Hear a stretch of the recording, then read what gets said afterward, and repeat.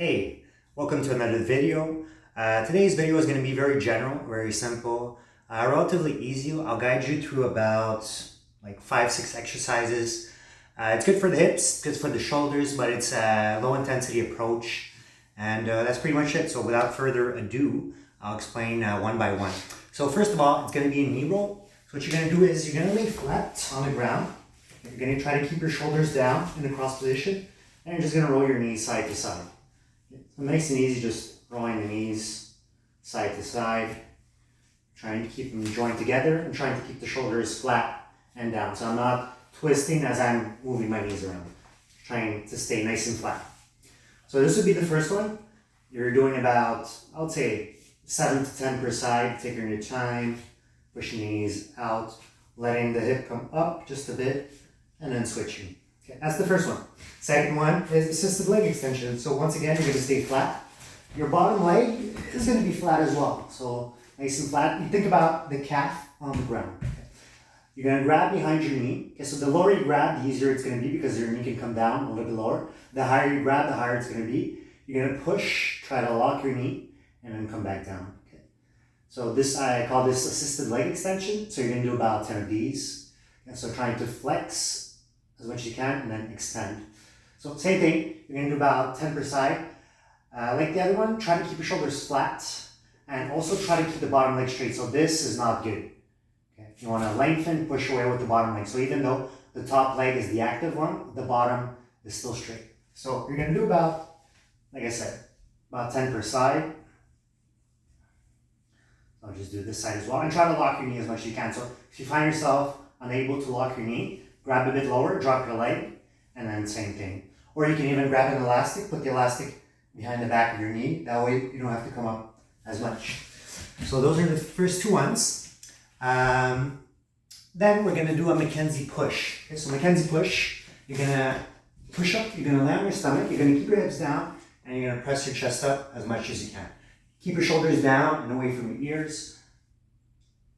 Okay, and if you struggle, you can do it on your elbows just a bit. But again, this is not as efficient, so I would highly suggest to try to come up on your palms just a little bit.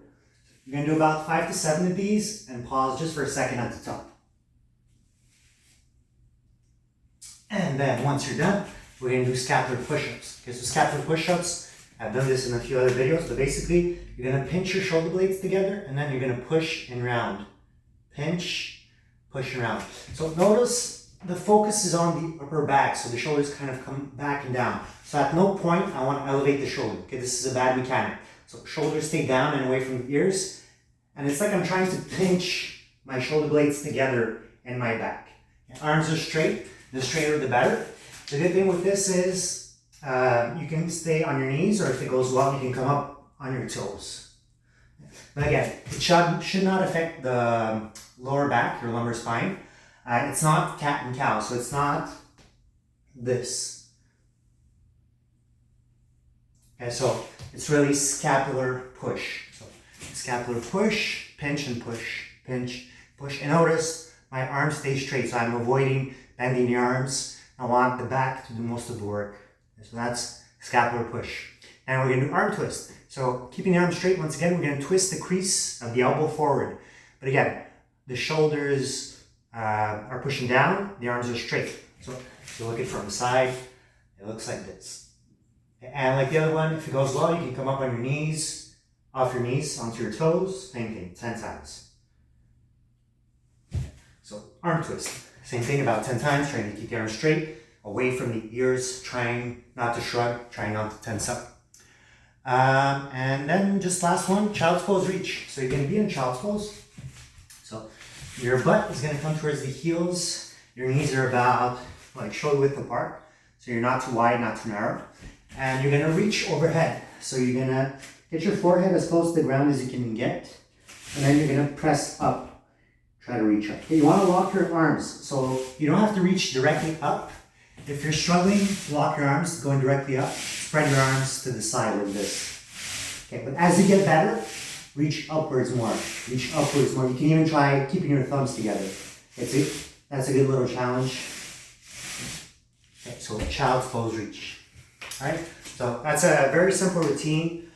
A little bit of hips, a little bit of knee extension, a little bit of upper back or scapular control, and then overhead child's pose reach. So I hope that helps. Enjoy it. You can do that, I would say 3 or 4 sets. So you do it in a circuit. Once you do 1 set, you do a second set. If that goes well, go for a third one.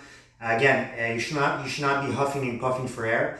You should move with purpose, meaning you're able to control your breathing and you're able to maintain your focus. Hope that helps. See you next time.